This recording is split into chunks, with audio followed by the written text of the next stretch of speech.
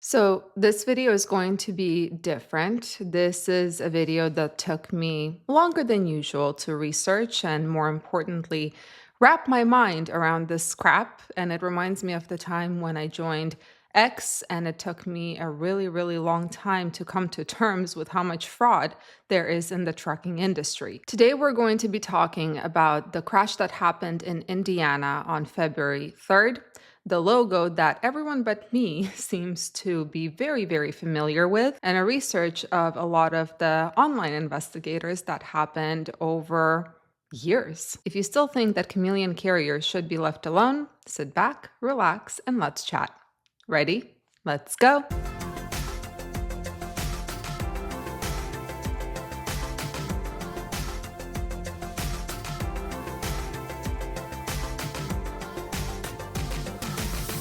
So, on February 3rd, a few days ago, a crash happened in Indiana. Now, a lot of crashes happen all the time. Some of them get reported on, some of them go viral. This is one of the crashes that went viral on social media. And the reason for this is because the truck, the semi truck that was involved in this crash, had a logo. The logo looks like this, and apparently it has history behind it. Now, what exactly happened right before the crash? Well, in Indiana, traffic was coming to a stop. One trucker started slowing down, but right behind him, there is an 80,000-pound bullet. Instead of slowing down, he swerves to the left, crosses the median, and collided with another car that was going westbound. The driver, 30-year-old Bekshan Beshekiev, 30 years old, the driver of the truck, right? He collided head on with that van, and he ended up killing four passengers in that car from the Amish community. Now, Rob Carpenter, who wrote a couple of articles about this particular carrier, or as we will find out, a network of carriers, he said something that is very, very true, and honestly, it hit me like a ton of bricks. As I said before, four people perished in that crash. They were from the Amish community. It was one father, two sons, and the youngest passenger, who was 22. Now, what did Rob say? I'm quoting this. The Amish don't sue. They don't hold press conferences. They grieve privately, forgive publicly, and bury their dead. That means the noise we make right here in this article, in this community, on this platform, is the only noise that gets made. If we don't demand accountability, nobody does. Four men just vanish from the earth, and the machine that killed them keeps rolling. Now, here's where it gets interesting. When this crash happened, and of course, there were some articles from the mass media that were written about this, photos started coming out. Now, usually what happens after a major crash is folks on X start digging into the company history, trying to find out the reason why did this happen.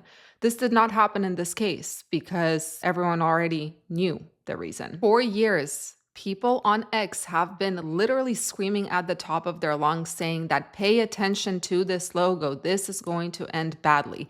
Way before this crash ever happened. Now, obviously, no one really batted an eye at what people on X were posting.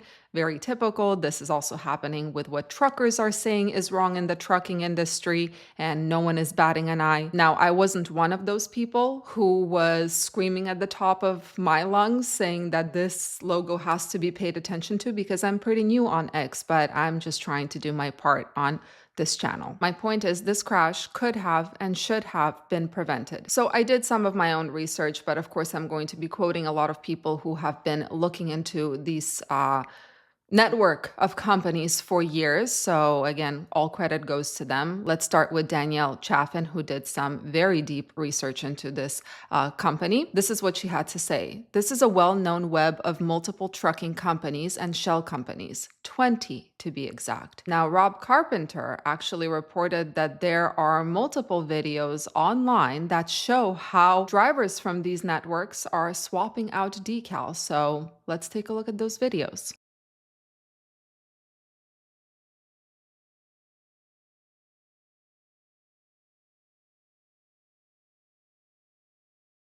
So let me show you guys one of the absolute shadiest practices in the trucking industry, and I want you to pay special attention to the USDOT numbers.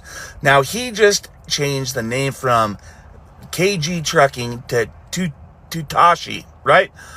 But the Problem is the US DOT number he's going to stick over the one that goes to Tutashi. Check this out. The one he puts up goes to It's Smart As Fuck Trucking, which is not an authorized carrier. Okay? Not an authorized carrier. They haven't been authorized for years. It's an active DOT number. But check this out. We're gonna contact the company that he switched from and is going to, and you're gonna love their response. So so this is shady as shit. All right, so now let's go through this network of companies that are all related to each other. We're not going to go through all of them. As Danielle said, there are about 20 of them. We're just going to go through a few. I'm going to leave this up here. This is the chronological order of when the companies started, when they closed, if they closed. First of all, there is Sam Express Inc. based in Illinois. They do not have active authority right now. They do not have insurance right now. They started in 2019, in January of 2019, and were shut down in 2025. Now, the officer here, this is a name to remember. His last name is Tutashov. Remember that name. Because then we have Tutash Express Inc. that opens in September of 2020. It's still active. Tutash Express Inc. It's a play on the name of the company officer of Sam Express. They have 57 crashes, 2 fatal crashes, and 9 crashes with injuries, right? Still active. Now, next, just a day later, they open up a company called KG Line Group Incorporated. It is also still an active company. The owner here, his last name is Murzapazilov, who is actually photographed. Remember, this is the owner. Murzapazilov is the owner of KG Line Group Incorporated. Yet, he was photographed wearing a Sam Express polo shirt at a broker summit, as you can see here. You can see the logo on his shirt. It is from Sam Express, even though, again, he's the head of KG Line Group. Then they open another company. It's Smart of You LLC, then Sangam Transport Inc., AJ Partners LLC, and then we have another Tutash Express One LLC, which was opened in 2023 and then shut down in 2025. Now, again, I'm going to leave this up here so that you can see these companies. How are they interconnected? Well, according to the Federal Carrier Registration data, AJ Partners LLC has shared 139 vehicle identification numbers with Tutash Express Inc.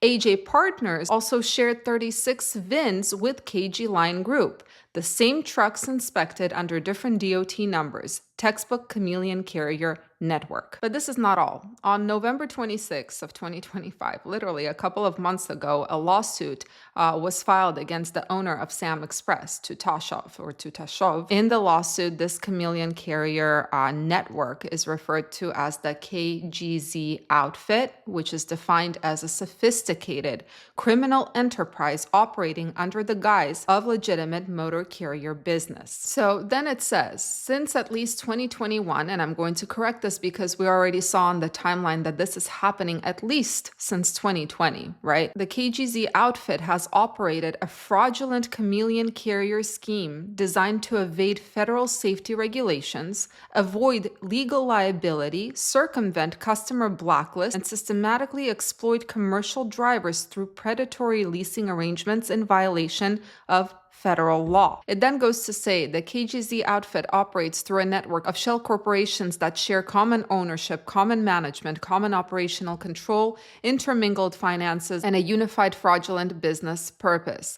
The corporate entities comprising the KGZ outfit do not observe corporate formalities and are not operated independently of one another or independently of the individuals who control them. The KGZ outfit could not function without the assistance of Mr. Jalaldin Ulu, who serves as a nominal corporate officer and registered agent to conceal the true ownership and control structure and to evade legal liability and regulatory disclosure requirements. This outfit also relies on consultant Timur Tilenov, who through his entity AITIM Inc. arranges for essential services to facilitate the fraud, including Hero ELD, electronic logging device services with illegal backdoor capabilities to falsify hours of service.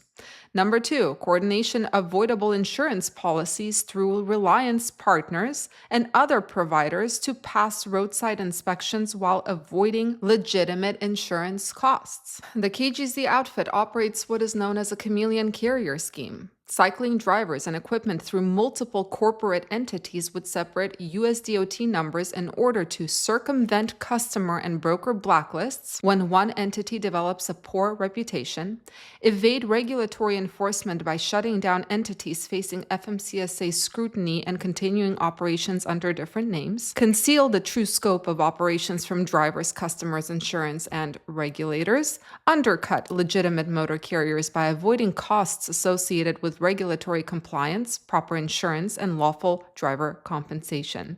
Between Sam Express, Tutosh, and KG Line alone, hundreds of drivers have been subjected to the KGZ's outfit's fraudulent operations. Now, the sad part here, as Danielle Chaffin mentions in an article she wrote, when it relates to the crash that happened a few days ago in Indiana, we don't even know which company the truck involved belongs to. All we know is that it was one of them because the decals, the DOT numbers, they were not on the side of the truck, just that logo that gave everything away. So why did I decide to make a video on this? Well, it seems like there's still a lot of folks that think that chameleon carriers are okay and they're just people that are trying to survive. The reality is a chameleon carrier is more likely, much more likely to cause a fatal crash because instead of implementing some safety in their company, they choose the easy way out. They wipe the slate clean. The saddest part about all of this is that this crash could have been prevented considering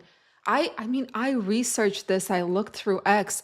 People have been talking about this family of companies, network of companies for years, pulling their hair out, saying that, guys, do something about it. Someone do something about this. This is not going to end well.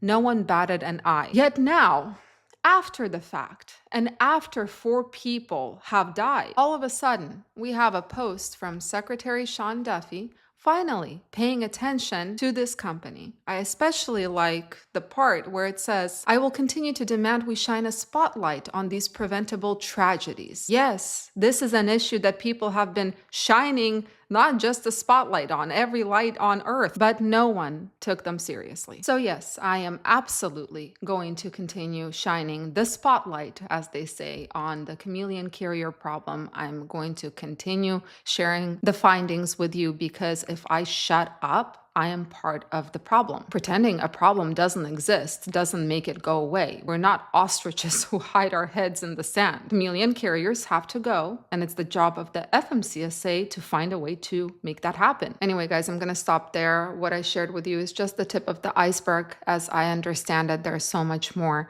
to be found. Wishing y'all a fantastic weekend. Happy Saturday, and I will see you in the next video.